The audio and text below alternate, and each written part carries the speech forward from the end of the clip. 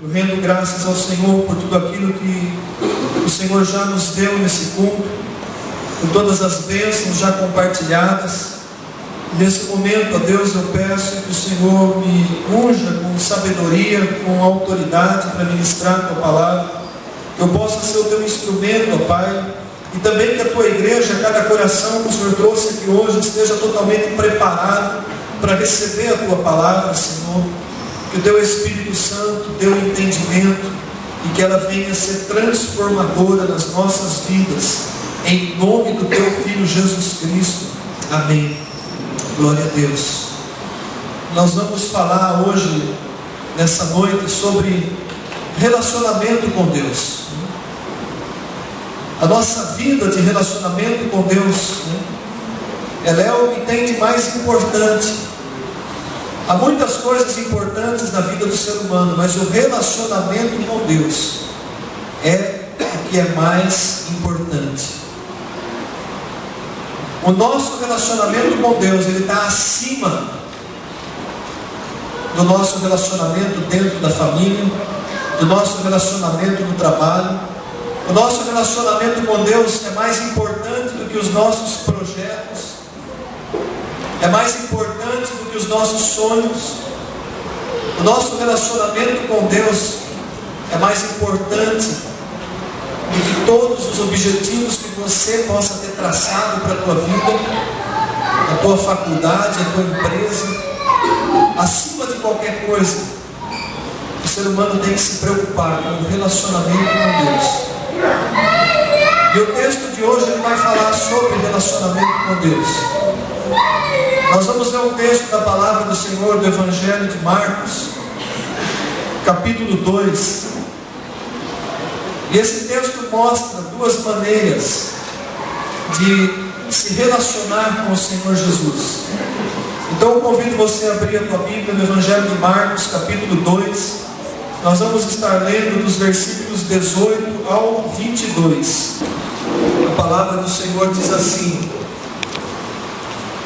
Ora, os discípulos de João e os fariseus estavam jejuando.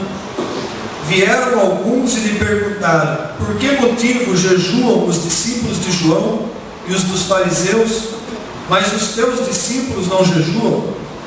Respondeu-lhes Jesus: podem porventura jejuar os convidados para o casamento, enquanto o noivo está com eles? Durante o tempo em que estiver presente o noivo, não podem jejuar. Dias virão, contudo, em que lhes será tirado o noivo, e nesse tempo jejuarão. Ninguém costura remendo de pano novo em veste velha, porque o remendo novo tira parte da veste velha e fica maior a rotura. E ninguém põe vinho novo em odres velhos, do contrário, o vinho romperá os odres, e tanto se perde o vinho como os odres, mas põe-se o vinho novo em odres novos. Amém? Os pensamentos e as palavras de Jesus Cristo, eles estavam sempre entrando em rota de colisão com os religiosos da sua época. Quando Jesus andou nesse mundo, havia uma religião estabelecida em Israel, que era o judaísmo, uma religião que era fundamentada na lei, e foi passada por Deus a Moisés, mas que no decorrer dos anos ela foi completamente sobrecarregada de ordens e de mandamentos de homens. Seguir o judaísmo, amados, era um peso muito grande, era uma religião muito pesada, eram muitas obrigações. Se não me falha a memória, eram 513 mandamentos que deveriam ser observados, fora os 10 mandamentos. E Jesus vem naquela cultura, transformando tudo, resumindo tudo em 2 mandamentos, dizendo: honra o teu Deus, ame o teu Deus acima de tudo, e ame o teu próximo como a ti mesmo. Jesus vem fazendo uma revolução naquela cultura. Ele vem mudando a maneira de se relacionar com Deus. E nesse texto que nós lemos surge uma controvérsia, que era sobre um tema bastante comum, que é o jejum. Alguns, a palavra de Deus diz que alguns se levantaram e foram interpelar o Senhor Jesus Cristo, perguntando para ele assim: olha, por que os discípulos de João Batista jejuam, os discípulos dos fariseus jejuam, mas os teus discípulos não jejuam? Notem, amados, que eles estavam fazendo uma cobrança que se referia a uma ordenança da lei. Porque no Antigo Testamento, a lei de Moisés exigia que durante um dia do ano se observasse o jejum. E era o dia da expiação dos pecados da nação, que os judeus celebram até nos dias de hoje. É um feriado nacional chamado de Yom Kippur. Pela lei que Deus havia passado a Moisés, lá em Levítico, somente nesse dia é que a nação deveria jejuar. Mas no decorrer do tempo, os fariseus foram sobrecarregando a lei, os religiosos foram sobrecarregando a lei, e na época de Jesus deveria se jejuar pelo menos 2 vezes por semana. Naquela passagem em que um publicano e um fariseu se apresentam para orar, o fariseu está dizendo em altas vozes: eu dou o dízimo de tudo que eu ganho e eu jejuo 2 vezes por semana. Era um ato puramente religioso. Então notem, amada igreja, que o tipo de relacionamento que Jesus vem ensinando não era mais um relacionamento de obrigações, de cumprir ritos religiosos, de fazer coisas que pudessem ser vistas pelos homens, da qual as pessoas poderiam se orgulhar de dizer: olha, eu jejuo não 2, mas 4 vezes por semana. Olha, eu levanto toda madrugada e eu oro toda madrugada. Eu não perco um culto de domingo, nem a escola bíblica, nem a quarta-feira à noite. Eu participo de tudo, eu dou o dízimo de tudo que eu ganho, eu canto, eu oro, eu sirvo. Tudo isso é muito bom, se for feito com um coração espontâneo e cheio de alegria a Deus. Mas se tudo isso for feito de uma maneira pesada, por obrigação, então é sinal que algo precisa ser mudado no seu relacionamento com Deus.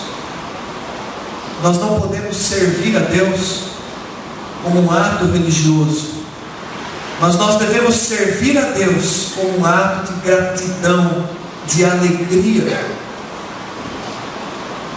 E Jesus vem mudando tudo isso, e ele cita o jejum. E aqueles homens cobram de Jesus por que os seus discípulos não jejuaram, e Jesus dá uma explicação básica. Ele cita como exemplo um casamento, uma festa de noivado. Quem é que vai jejuar num dia de casamento, sabendo que vai ter um banquete, uma mesa farta? É um dia de alegria, não é um dia de se entristecer, de se constranger, de compungir a alma. Então Jesus cita isso. Olha, por que eles vão jejuar enquanto está junto com eles o noivo? Jesus estava se referindo a ele próprio. Por que os meus discípulos vão jejuar enquanto eu estou com eles? Mas haverão dias em que depois que o noivo for retirado, ele estava se referindo à sua morte, então os meus discípulos também jejuarão. Enquanto Jesus estava junto, eles estavam vivendo em plena alegria. O noivo estava junto, não havia motivos para se contristar, para se entregar a um jejum. Mas Jesus diz: porém haverão dias futuramente em que eles jejuarão. Eles enfrentarão solidão, tristeza, e muitas vezes os momentos em que nós somos tocados pelo Espírito Santo para jejuar, particularmente, são os momentos em que passamos por dificuldades, por tristezas, por lutas. É o momento em que nós nos colocamos de uma maneira mais profunda diante de Deus. Eu quero dizer uma coisa para a igreja: jejum não existe para se conseguir favores de Deus. Eu já corrigi várias vezes irmãos e irmãs que vêm conversar comigo e falam: pastor, eu vou jejuar porque eu preciso de um emprego, eu vou jejuar porque eu quero um casamento, eu quero isso, eu quero aquilo. Não, amados, jejum não é troca de favores com Deus. Jejum é consagração. Jejum é separar um tempo da tua vida para uma entrega maior e mais profunda na presença de Deus. Jejum é mortificar o corpo para que o teu espírito possa ter mais intimidade com o Espírito de Deus. Lá em Isaías capítulo 58, versículo 3, o povo dizia para Deus: nós jejuamos, porém o Senhor não atenta para o nosso jejum. O povo estava reclamando com Deus porque eles jejuavam, mas o Senhor não respondia às suas orações, não atendia aos seus pedidos. E no mesmo versículo 3, o Senhor Deus diz assim para o povo de Israel: olha, vocês estão jejuando porque vocês são egoístas, porque vocês querem favores, vocês querem bênçãos, vocês estão jejuando de uma maneira egoísta, e não é esse o jejum que me agrada. Me agrada muito mais, é muito mais importante para mim, o Senhor está dizendo lá em Isaías 58, que vocês pratiquem boas obras do que vocês jejuem, que vocês vão suprir a necessidade da viúva, do órfão, do que vocês jejuem. Então o Senhor estava corrigindo aquele posicionamento errado a respeito do jejum. E nos dias de Jesus não era diferente. Muitos estavam jejuando, mas com o espírito errado, jejuando para se aparecer. Os fariseus, inclusive, eles jejuavam, e quando eles jejuavam, eles faziam um semblante caído, para que todo mundo percebesse que eles estavam tristes, né? Jejuando. Eles andavam até com as vestes mais relaxadas, né? Não cuidavam da aparência, não lavavam o rosto, não se ungiam para ter uma aparência mais bonita. Eles ficavam com cara de tristes, para que todo mundo olhasse e disse: olha, ele está jejuando, ele é espiritual. Entende, igreja? Não é esse o relacionamento que Jesus veio trazer. Não é esse o relacionamento que o Senhor veio ensinar e que Ele está falando conosco hoje. O próprio Senhor Jesus, lá em Mateus capítulo 15, de 7 a 9, citando o profeta Isaías e apontando para os fariseus, ele diz assim: hipócritas, bem profetizou Isaías ao vosso respeito, dizendo: esse povo honra-me com os lábios, mas o seu coração está longe de mim. Em vão eles me adoram, ensinando doutrinas que são preceitos de homens. Então note a diferença. Havia uma religião estabelecida na época de Jesus, e a maneira com que aquele povo estava servindo a Deus não agradava mais a Deus. Os líderes religiosos daquela religião do judaísmo, os fariseus, os doutores da lei, os escribas, os sacerdotes que estavam no templo, o que eles estavam ensinando o povo a fazer não agradava mais a Deus. Eles estavam ensinando a servir a Deus por obrigação. Eles estavam ensinando a cumprir preceitos. Sem contar que eles próprios inventaram um monte de leis e sobrecarregavam o povo. Jesus diz também para eles: olha, aquilo que vocês colocaram, nem vocês carregam e querem que os outros façam. Jesus é tão duro a ponto de dizer para eles: vocês são hipócritas, são sepulcros caiados. Vocês são bonitos por fora, mas por dentro está cheio de podridão. Então essa era a característica da religião da época, amados. Legalismo, farisaísmo, hipocrisia, fazer as coisas por obrigação. E em seguida Jesus, ele apresenta um exemplo simples também, tão simples que talvez aqueles homens não puderam entender. E eu vou ler de novo esses versículos. É o versículo 21 e o versículo 22. Ninguém costura remendo de pano novo em veste velha, porque o remendo novo tira parte da veste velha e fica maior a ruptura. E ninguém põe vinho novo em odres velhos, do contrário, o vinho romperá os odres e se perde tanto o vinho quanto os odres, mas se põe o vinho novo em odres novos. Esses dois exemplos que Jesus dá, em outras palavras, ele estava dizendo assim: olha, o meu ensinamento, o meu evangelho, as boas novas que eu estou ensinando, elas não cabem mais dentro do velho sistema do judaísmo. Tudo que a lei ensinou veio para apontar isso que eu estou trazendo de novo para vocês. Ele estava dizendo também: olha, a liberdade do evangelho que eu estou ensinando, dos meus ensinamentos, eles não cabem mais dentro do legalismo da velha religião. O que Jesus estava ensinando era muito maior, era muito melhor. Por isso que ele dá esse exemplo, amados.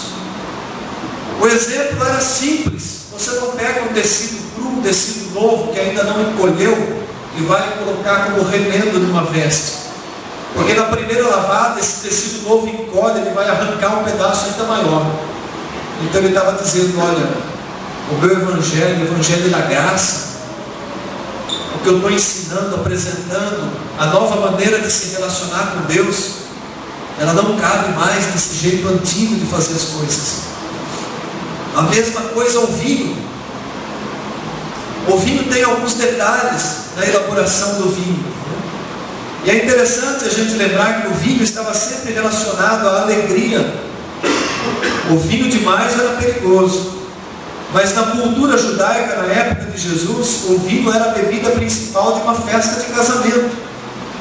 Tanto que lá em João capítulo 2, nas bodas de Caná, o primeiro milagre que o Senhor Jesus faz, e não é mera coincidência, é transformar a água em vinho. O vinho da festa daquele casamento tinha acabado.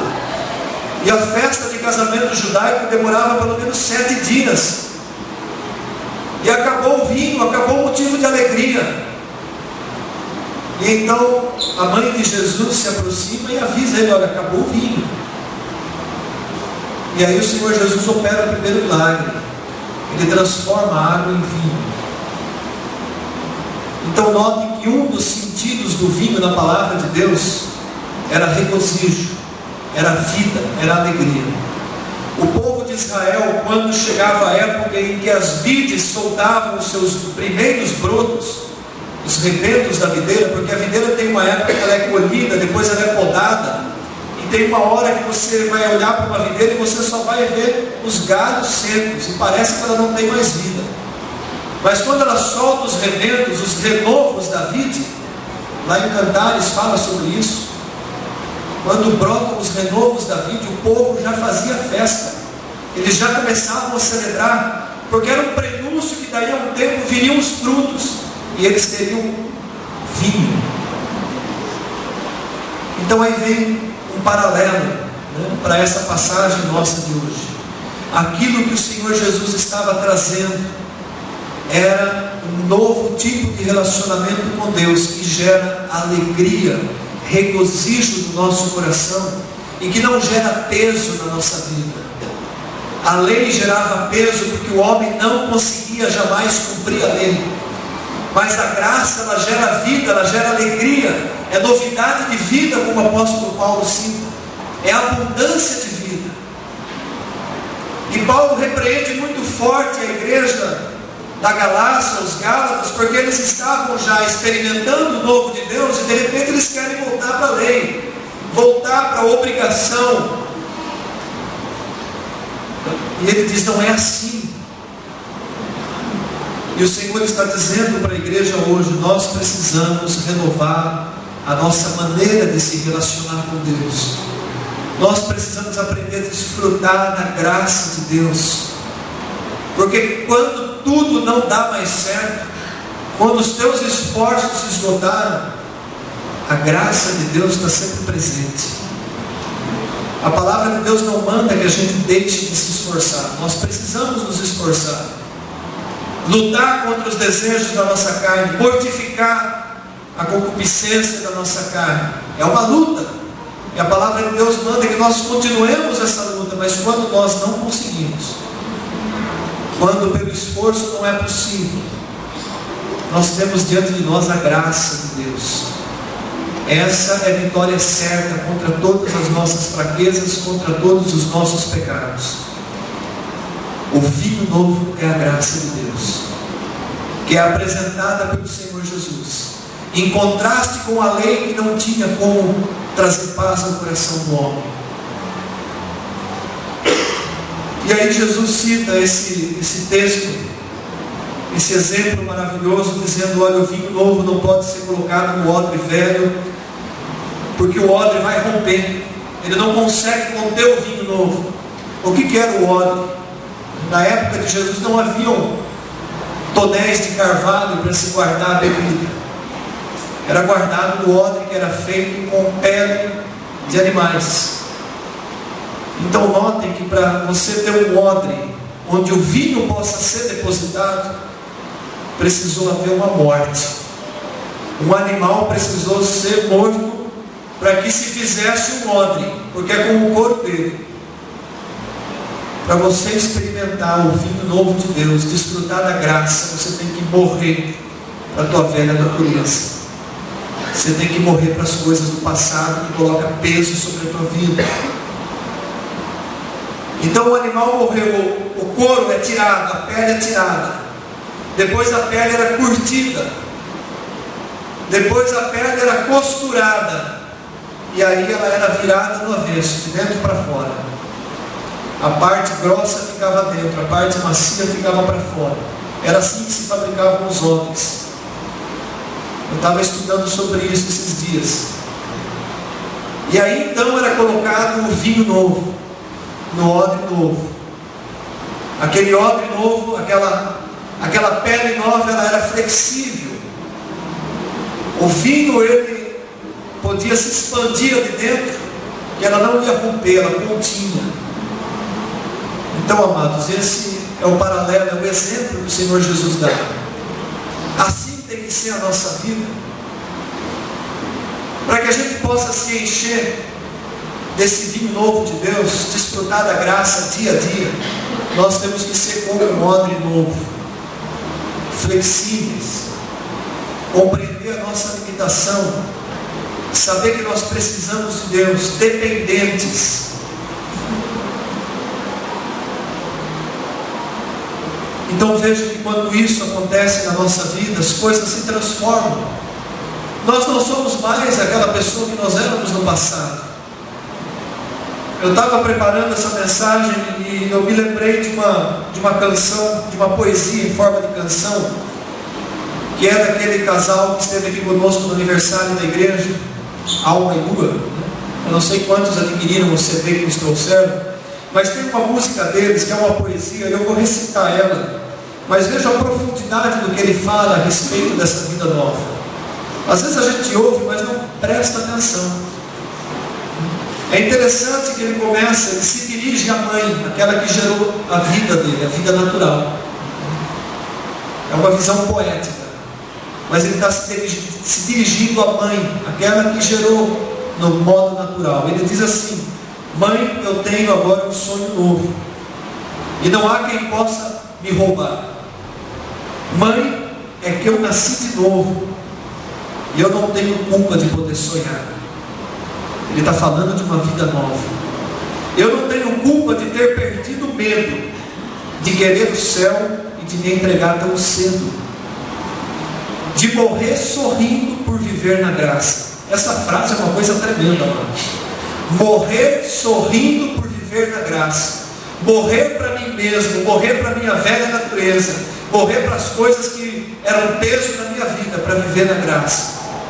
Se o amor de Deus me abraça, eu não tenho desculpas, eu sigo o meu caminho. Se for preciso, eu vou sonhar sozinho, ainda que as pessoas não me acompanhem, eu vou seguir sozinho.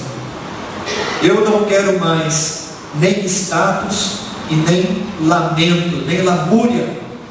E aí ele fala algo tremendo que só um poeta pode escrever: o meu sobrenome é Vento. Aliás, é o título da música. Eu achei tão tremendo quando eu entendi o que significava. Ele dizia: olha, meu sobrenome é Vento. Sabe, o meu sobrenome agora é Espírito Santo.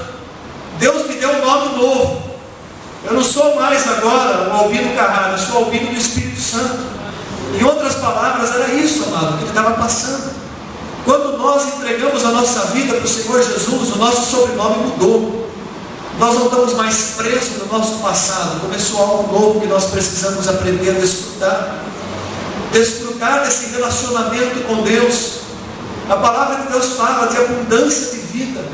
Eu vim para que tenham vida e vida em abundância. Não é para nós ficarmos presos nas tristezas, no peso da lei, querer cumprir as exigências da lei, fazer as coisas por obrigação, por ritual. Quando nós aprendemos isso, nós não deixamos de servir a Deus, nós não abandonamos o culto, não deixamos de dar o dízimo, nós não deixamos de orar. Pelo contrário, fazemos tudo até mais. Só que é diferente. O sentimento que está no nosso coração, o sentimento que nos leva a fazer tudo aquilo, é um sentimento de regozijo, de alegria, de relacionamento com Deus. Olha, Senhor, eu faço isso porque eu te amo, porque eu te adoro. Eu vou para o culto como se fosse aquele encontro, né? Aquela sede de encontrar, de estar na presença do meu Deus.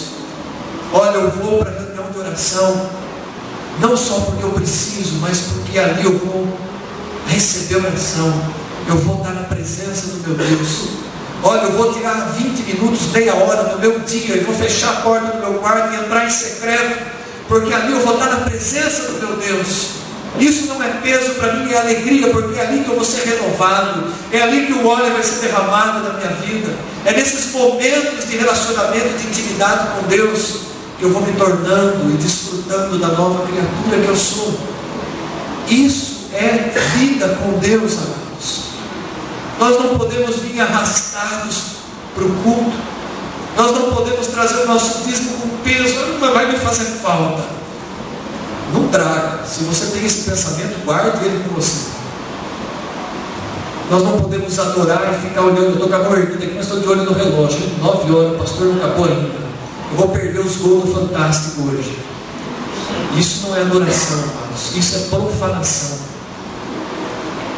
Então veja como tem que mudar o nosso relacionamento com Deus. O Senhor não quer cumprimento de lei, exigências. Ele quer amizade, intimidade, pai e filho.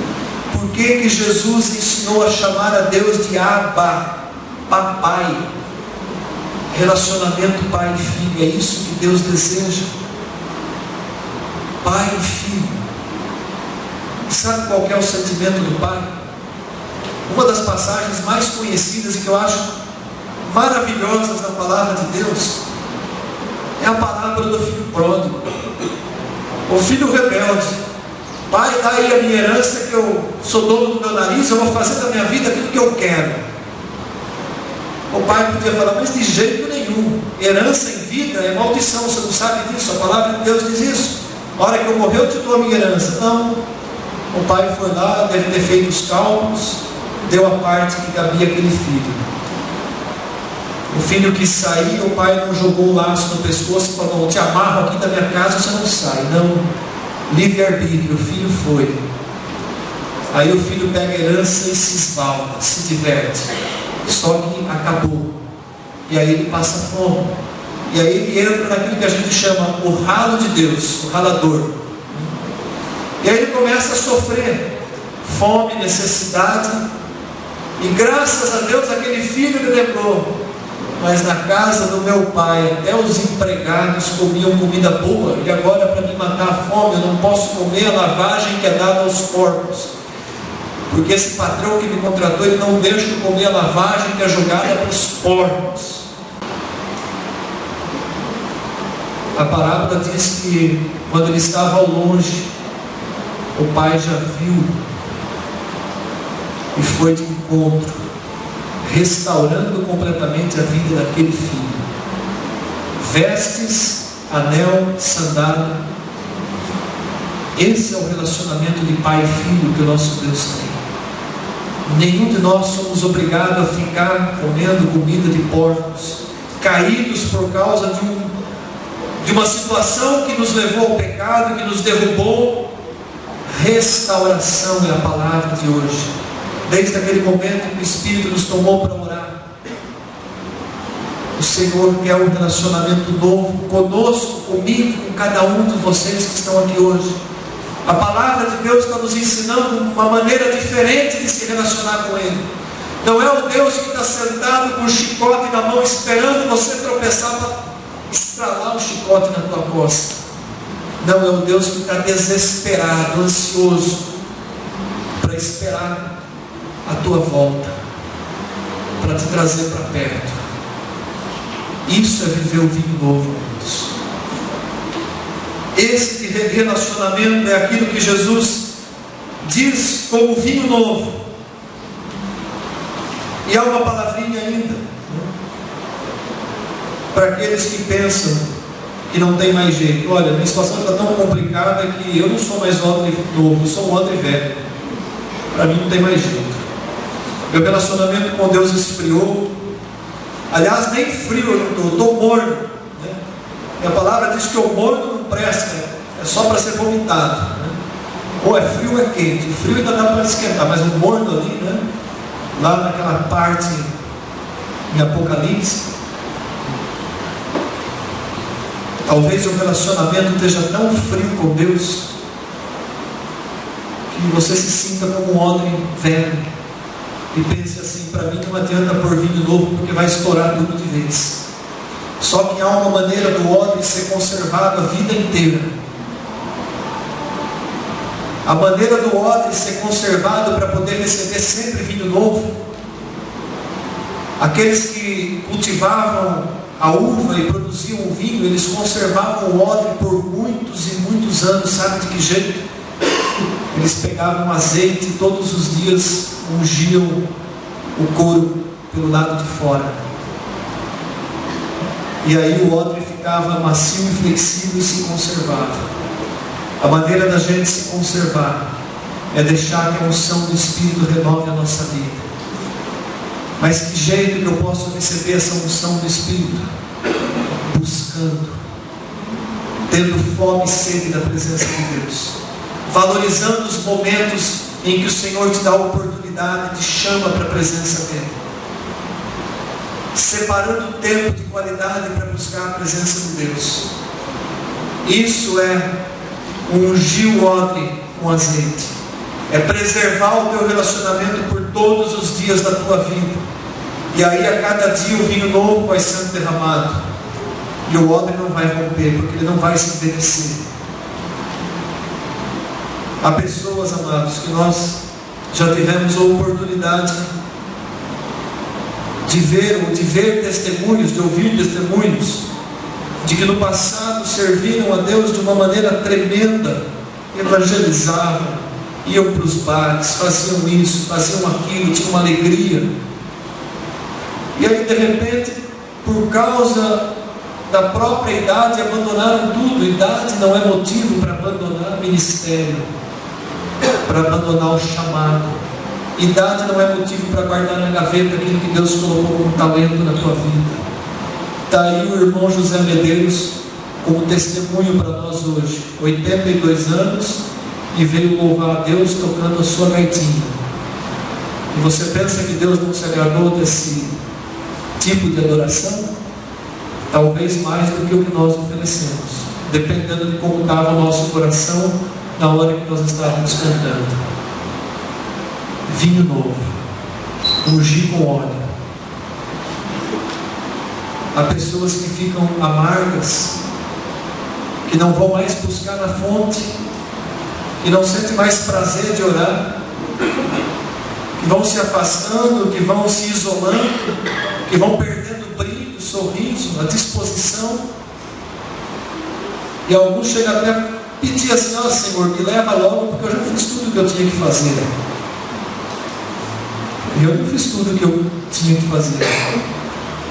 Se eu durar até os 100 anos, igual o seu Zé Medeiros orou, né, por mim, eu quero até o último dia poder fazer alguma coisa.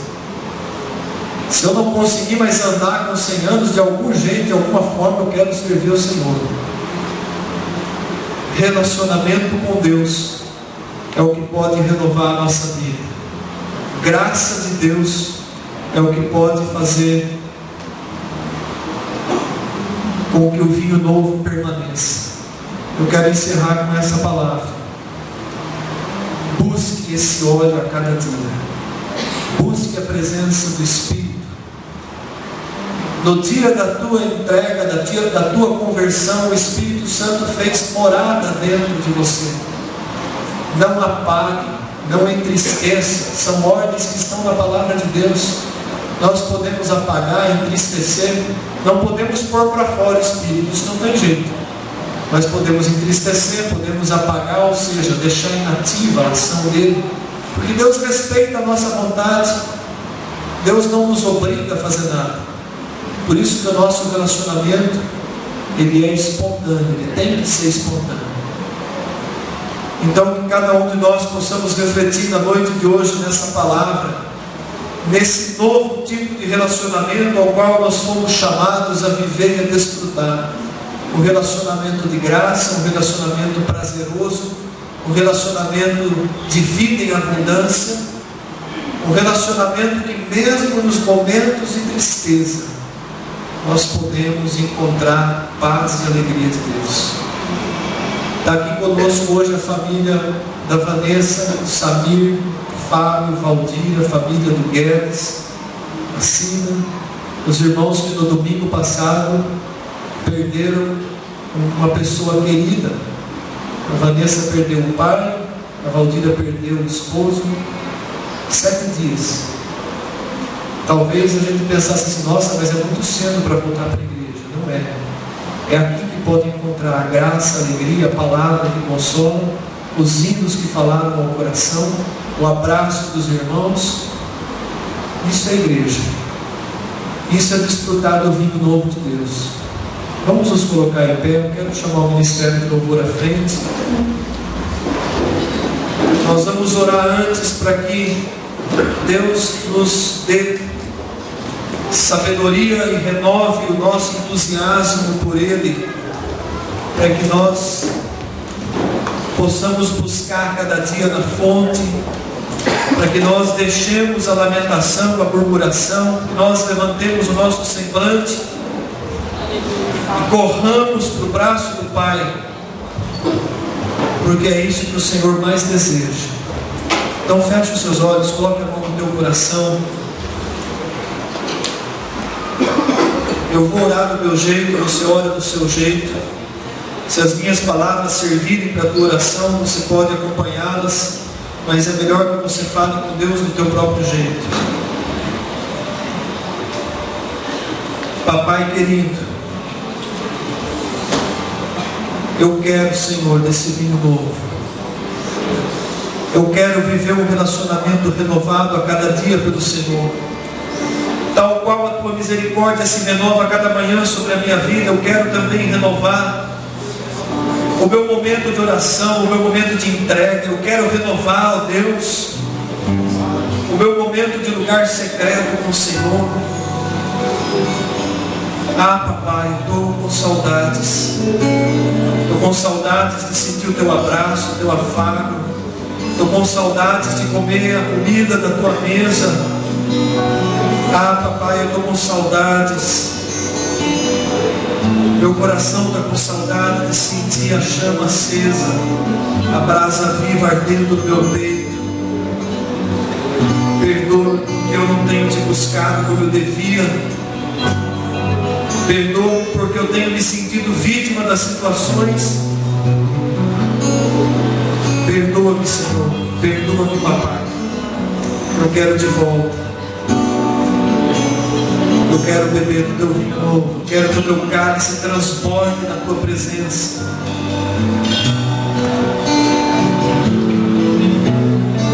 O salmista diz no Salmo 23: Ele unge a minha cabeça com óleo, o meu cálice transborda. Amados, tudo que nós precisamos hoje é que esse óleo do Senhor, do Espírito, seja derramado sobre a nossa cabeça e o nosso cálice transborde. Põe a mão sobre a tua cabeça, ore sobre a tua vida. Diga: Senhor, eu quero, eu preciso. Unge a minha cabeça com o teu óleo espiritual. Derrama sobre mim essa unção fresca, esse óleo fresco sobre a minha fronte, faz ele escorrer pelo meu rosto, descer pela minha barba, descer pela minha roupa, faz ele descer sobre mim. Eu quero me sentir completamente ungido, tomado pelo teu Espírito, renovado pela tua unção. Eu quero novidade de vida, eu quero vida em abundância. Oh Deus, Senhor, em nome de Jesus Cristo, derrama sobre a tua igreja esse óleo, essa unção, que as vidas que estão aqui hoje venham sentir a tua mão, ó Deus, ungindo, renovando os pensamentos, os propósitos de vida, em nome de Jesus. Derrama o Espírito de Deus, toca o coração mais endurecido aqui hoje, quebranta na tua presença, Deus, cada um que o Senhor trouxe aqui hoje. O Senhor se agrada do coração quebrantado. Ele disse: coração quebrantado e contrito eu não desprezarei. Oh Espírito Santo, faz cura nas nossas almas, nos reveste com a tua presença, nos enche, ó Espírito de Deus. Sopra sobre nós o teu vento suave, acende a chama do nosso coração, sobre a nossa cabeça a labareda de Pentecostes, o fogo santo do Senhor ardendo na nossa vida de novo. Oh Deus, nós precisamos desse renovo, Pai. Nós precisamos renovar o nosso relacionamento com o Senhor. Nós estamos batendo de novo a porta da casa do Pai, mas para nossa surpresa ela já estava aberta.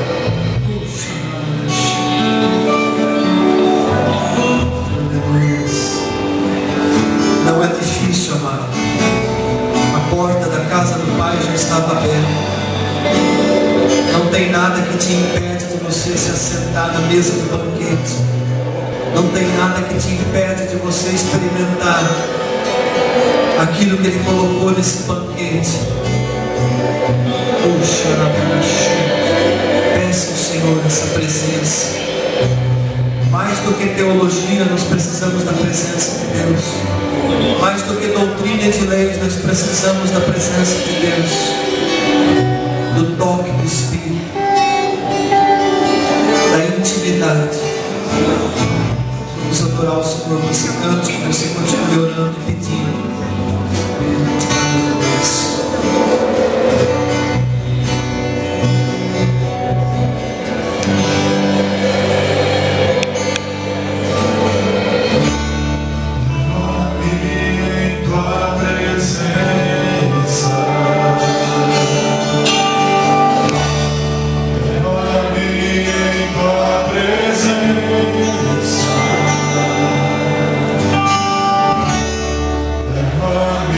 Em tua presença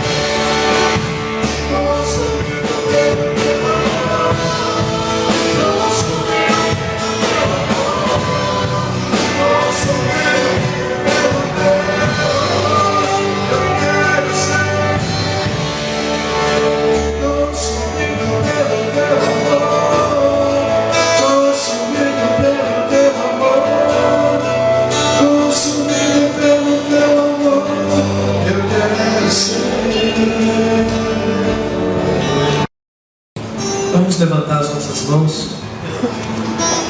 Que a graça e a paz do Senhor Jesus Cristo, o amor do Pai e a comunhão do Espírito Santo permaneçam conosco. Amém e aleluia. Abraça quem está ao seu lado. Desejo uma semana abençoada.